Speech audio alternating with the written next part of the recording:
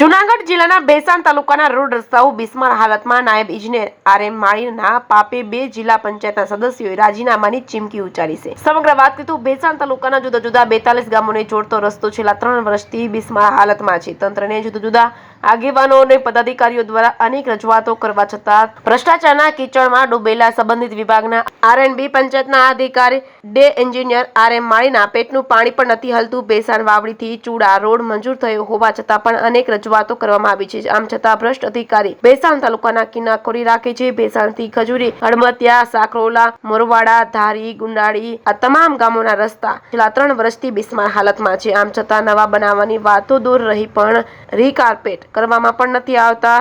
ચોમાસાની ઋતુમાં જ્યારે આ ગામોના લોકોને અને વિદ્યાર્થીઓને રોજ અપડાઉન કરતા લોકોને ખૂબ જ હાલાકીનો સામનો કરવો પડી રહ્યો છે. દર્દીઓને જ્યારે ઇમરજન્સી સારવાર માટે જેતપુર કે જૂનાગઢ લઈ જવાના હોય ત્યારે પરિસ્થિતિ કેવી થતી હશે તે આ ગામના લોકોને જ ખબર છે. ચૂડાથી ધારી ગુંદાળી રોડ પર ક્યારે પણ કોઝવે બનાવવા નથી આવ્યો. આમ છતાં પણ ત્યાં ચેતવણીના બોર્ડિંગ લગાવવામાં આવ્યા છે. ચૂડાથી ગળથર રોડ પર આવેલા નાલાની હાલત ખૂબ જ બિસ્માર છે. ગમે તે સમયે અકસ્માત સર્જાય તેમ છે. આમ છતાં ત્યાં પણ રિપેરિંગ કરવાને બદલે માત્ર ચેતવણીના હોર્ડિંગ લગાવવામાં આવ્યા છે. આમ ભેસાણ તાલુકાના ગામોના લોકો તંત્રની ઘોર બેદરકારીને ભ્રષ્ટાચાર અધિકારીઓના ભોગ બની રહ્યા છે. આ બાબતમાં અત્યારે જિલ્લા પંચાયતના સદસ્ય કુમારભાઈ બસિયા અને લાભુબેન ગુજરાતી દ્વારા ઉગ્ર રજૂઆત કરવામાં આવી છે. જોકે 15 દિવસની અંદર આ વાતનું કોઈ પણ નિરાકરણ નથી આવ્યું અને રાજીનામું આપી દેશું. અને આ બંને સદસ્યો સાથે વાત કરતા વધુમાં જણાવ્યું હતું કે અમારા દ્વારા અનેક વખત રજૂઆતો કરવામાં આવી છે.